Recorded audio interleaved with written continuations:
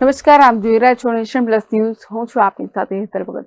વડોદરા જિલ્લાના પાદરા તાલુકાના મુજપુરથી ગંભીરાને જોડતા બ્રિજ તૂટવાની દુર્ઘટનામાં ઇજાગ્રસ્ત થયેલા નાગરિકોની ગુજરાત રાજ્યના આરોગ્ય મંત્રી ઋષિકેશ પટેલે આજે વડોદરા શહેરની એસએસજી હોસ્પિટલ ખાતે રૂબરૂ મુલાકાત લીધી હતી. આ મુલાકાત દરમિયાન મંત્રીએ ઇજાગ્રસ્તોના ખબર અંતર પૂછ્યા હતા અને તેમને શ્રેષ્ઠ સારવાર મળી રહે તે સુનિશ્ચિત કરવા હોસ્પિટલ તંત્રને જરૂરી સૂચનાઓ આપી હતી.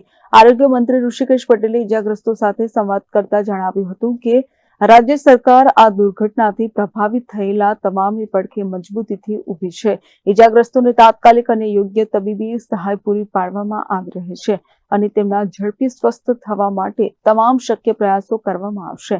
મંત્રીએ એસએસજી હોસ્પિટલના તબીબો અને નર્સિંગ સ્ટાફ સાથે પણ વાતચીત કરી હતી અને ઇજાગ્રસ્તોની અપાતી સારવાર અંગે વિગતવાર માહિતી મેળવી હતી.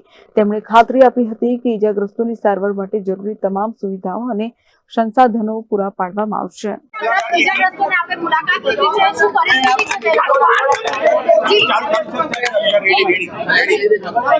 અત્યારે હોસ્પિટલમાં દાખલ થયેલા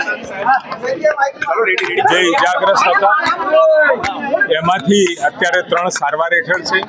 એકને રજા આપી છે ને એક પેશન્ટ જે ઇજાગ્રસ્ત હતા એમનું મૃત્યુ આજે થયું છે. એટલે એકંદરે 3 અત્યારે સ્ટેબલ છે. કોઈ એવો એમની સાથે વાતચીત કરી છે ને વાતચીતમાં પણ એ સ્ટેબલ હોવાનું માલુમ પડે છે. ડોક્ટર સાથે પણ વાત કરતા, સુપ્રિન્ટેન્ડન્ટ સાથે અને ડોક્ટર જે એમની સારવાર કરી રહ્યા છે એની સાથે પણ વાત કરતા અત્યારે આ 3 દર્દીઓ સ્વસ્થ છે.